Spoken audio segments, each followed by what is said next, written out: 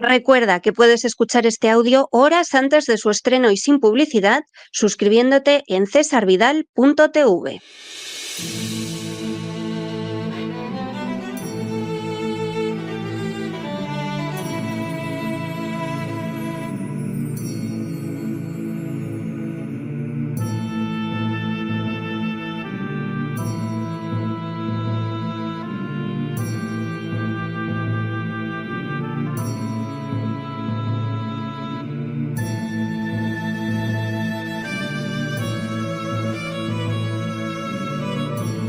La Voz con César Vidal, desde el exilio.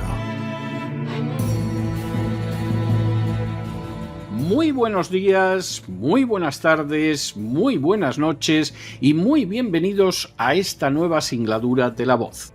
Soy César Vidal, hoy es el jueves 13 de febrero de 2025 y me dirijo a los hispanoparlantes de ambos hemisferios, a los situados a uno y otro lado del Atlántico y del Pacífico y, como siempre, lo hago desde el exilio. Corría el año 2018 cuando un antiguo director de la CIA llamado James Woolsey fue entrevistado por Laura Ingraham en Fox News. En un momento determinado de la entrevista, Laura Ingraham preguntó a Woolsey si Estados Unidos había practicado la injerencia en elecciones extranjeras para determinar los resultados. La respuesta de Woolsey fue totalmente sorprendente, porque con tono jovial afirmó: «Oh, probablemente, pero fue por el bien del sistema. Por ejemplo, en Europa, en el 47, el 48 y el 49, con los griegos y los italianos». Aquellas palabras del antiguo director de la CIA causaron tal impresión en el estudio de televisión y en la periodista que Laura Ingraham inmediatamente dijo: «Pero ya no nos inmiscuimos en las elecciones de otra gente, Jim». Y entonces el antiguo director de la CIA, con una sonrisa en los labios, respondió: ñam, ñam, ñam, ñam, solo por una buena razón». Laura Ingraham interrumpió inmediatamente la entrevista, pero no antes de que Woolsey, el antiguo director de la CIA, volviera a decir: «solamente por una muy buena razón», añadiendo a continuación: «por el bien de la democracia». La entrevista ciertamente iba a adquirir la categoría de histórica, porque implicaba un reconocimiento en toda regla de que en distintas ocasiones y en diversos países la CIA había realizado una injerencia clara en las elecciones para conseguir un resultado concreto y, por supuesto, sin importarle lo más mínimo cuál podría ser la voluntad del pueblo. No dejaba de ser irónico que se calificara como el bien de la democracia el actuar de una manera que difícilmente hubiera podido ser más antidemocrática. En las últimas horas hemos tenido nuevas noticias acerca de cómo la USAID ha alterado la limpieza de procesos electorales.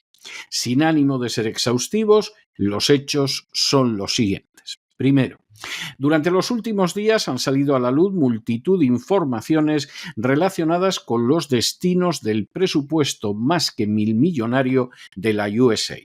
Segundo, así hemos sabido que la USAID ha financiado a entidades que impulsaban la ideología de género, el cambio climático o la creación del coronavirus.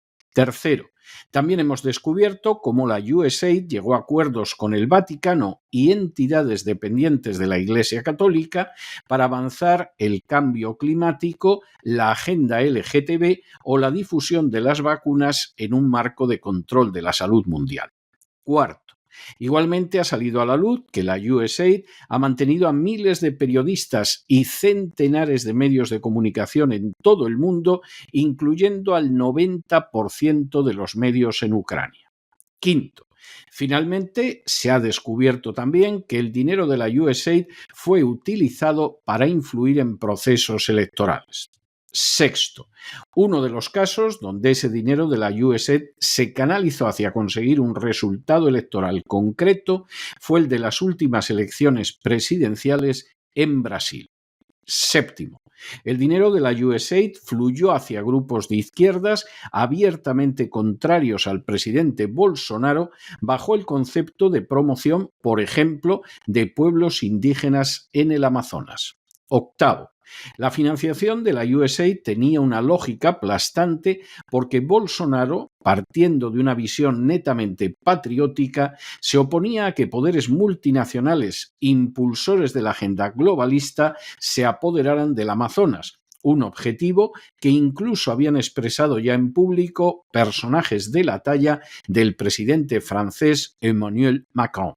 Noveno, Mike Pence, antiguo funcionario del Departamento de Estado, ha revelado cómo la USAID desarrolló una enérgica campaña de censura que pretendía dañar la candidatura de Bolsonaro.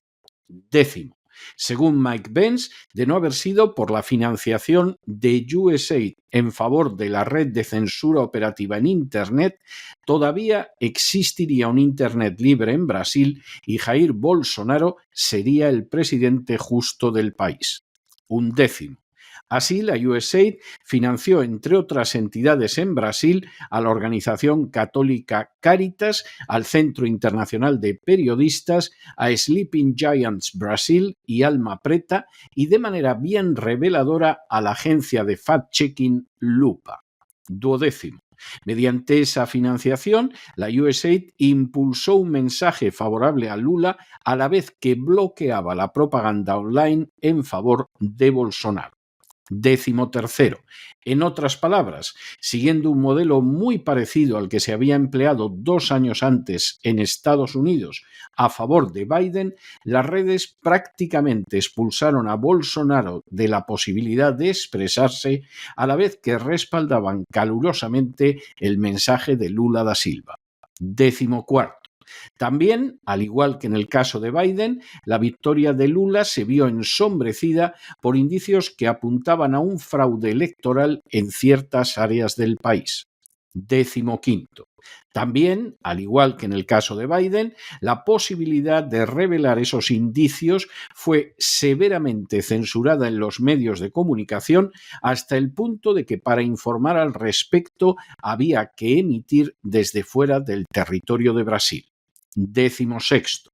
También, al igual que en el caso de Biden, se pretendió presentar a los partidarios de Bolsonaro y a él mismo como golpistas que pretendían imponerse mediante la violencia, produciéndose a continuación multitud de detenciones. Décimo séptimo. También, al igual que con Biden, los fact-checkers impidieron cualquier información alternativa sobre el fraude imponiendo un relato oficial. Décimo octavo. Biden felicitó a Lula por la supuesta victoria electoral, afirmando que las elecciones se habían llevado a cabo de manera transparente, lo que distaba muchísimo de ser verdad. Décimo noveno. También, como había sucedido en Estados Unidos, se puso en funcionamiento una serie de mecanismos para impedir cualquier posibilidad de que Bolsonaro pudiera seguir en la política. Vigésimo.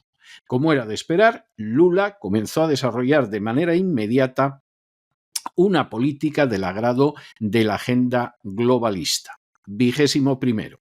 Este falseamiento de las elecciones cuenta con no pocos paralelos en Europa que van del golpe de Estado de 2014 en Ucrania a la anulación reciente de las elecciones en Rumanía, la injerencia y más que posible fraude del referéndum sobre la Unión Europea en Moldavia, los intentos de subvertir el gobierno en Georgia o el intento de asesinato del primer ministro de Eslovaquia. Vigésimo segundo. En todos y cada uno de los casos se intentó impedir una política independiente y patriota que defendiera la soberanía nacional frente a la injerencia extranjera y a la imposición de la agenda globalista. Vigésimo tercero. Como señaló hace unas semanas el antiguo miembro de la Comisión Europea, Thierry Breton, de la misma manera que se anularon unas elecciones de resultado indeseado en Rumanía, se procedería a hacer lo mismo en las próximas elecciones alemanas si así resultaba conveniente. Y 24º, tras conocerse la información relacionada con la USAID y la manera en que participó en las últimas elecciones en Brasil, Jair Bolsonaro ha anunciado que iniciará acciones legales para determinar qué es lo que sucedió exactamente en ese momento. El avance de la agenda globalista y la extensión en paralelo de la OTAN han tenido serias consecuencias en contra de la democracia y de la libertad reales de las naciones. Si alguien pensaba que la democracia sería una realidad inatacable y que las elecciones serían limpias, debería despertar a la realidad antes de convertirse en un esclavo más dentro de un sistema totalitario. La intervención en los procesos electorales para lograr los resultados apetecidos ha sido una constante de las acciones de la CIA desde los años 40 del siglo pasado. No solo naciones hispanoamericanas, sino también asiáticas y europeas se han visto sometidas a esas injerencias encaminadas a lograr el resultado electoral apetecido. En esa situación, la excusa ha sido ocasionalmente la lucha contra el comunismo, pero la realidad de las últimas décadas deja de manifiesto que el enemigo no es el comunismo, sino el establecimiento de gobiernos, no pocas veces conservadores, que se manifiestan contrarios a la imposición de la agenda globalista en sus facetas de calentamiento global y control de la economía, de control foráneo de la sanidad e imposición de vacunas, de ideología de género o de inmigración descontrolada. Se trata de gobiernos, por añadidura, que también por patriotismo no contemplan con buenos ojos que las riquezas nacionales acaben en manos de poderes multinacionales. Si esa injerencia contraria a la legalidad ha tomado a veces la forma de revoluciones de colores, como el conjunto de golpes perpetrados en Europa Oriental, entre los que destaca especialmente el de Ucrania en 2014, en los últimos años se ha decantado también por perpetrar escandalosos fraudes electorales. El esquema del fraude electoral resulta además muy fácil de percibir. Primero, se utilizan las redes sociales para impedir que un candidato haga propaganda a la vez que se respalda de manera fortalecida al otro. Fue el caso de Biden y Lula frente a Trump y Bolsonaro. Segundo, se perpetra un fraude electoral localizado, pero suficiente para proporcionar apariencia de victoria al candidato que se respalda. Tercero, se prohíbe, incluso judicialmente, difundir informaciones que puedan revelar el alcance del fraude. Cuarto, se lleva a cabo una serie de operaciones de falsa bandera que permitan presentar al candidato supuestamente derrotado y a sus seguidores como golpistas. Quinto, se activa a los fact-checkers para que impidan que la verdad sea conocida y que impongan a cambio un relato totalmente falso, pero que respalda al supuesto ganador. Sexto, se desarrollan acciones judiciales y administrativas que permitan acabar con la carrera política del candidato supuestamente derrotado, llámese Donald Trump o Jair Bolsonaro, y encarcelar a algunos de sus partidarios. Séptimo, se procede a llevar a cabo en todos sus extremos la agenda globalista en áreas como el calentamiento global, la ideología de género, la legalización de las drogas, la inmigración masiva e ilegal y la entrega de bienes nacionales en manos extranjeras.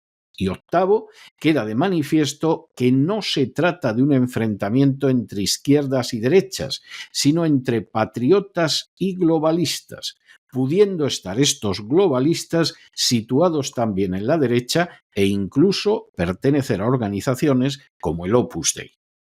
Al fin y a la postre se habría perpetrado un golpe de Estado, pero de manera más limpia que los protagonizados, por ejemplo, por militares en el siglo pasado. Basta solo con utilizar el dinero de la USAID para engrasar determinados mecanismos que pueden incluir hasta los mismos sistemas de conteo de votos. Así, se puede avanzar la agenda globalista en su senda de esclavización y saqueo de las naciones. Naturalmente, los que perpetran estos golpes, que pervierten y aniquilan totalmente la esencia de la democracia, nos dirán después, como aquel antiguo director de la CIA, que ñam, ñam, ñam, es solo por una buena razón.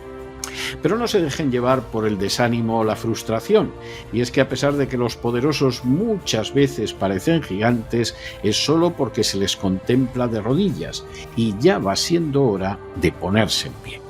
Mientras tanto, en el tiempo que han necesitado ustedes para escuchar este editorial, la deuda pública española ha aumentado en cerca de 7 millones de euros, y no se sorprendan. Hay una parte no pequeña que va a medios de comunicación, una parte tampoco pequeña que va a los fact-checkers que quieren imponer un relato oficial e incluso una parte que va a aquellos que cuentan los votos. Muy buenos días, muy buenas tardes, muy buenas noches. Les ha hablado César Vidal desde el exilio. Que Dios los bendiga.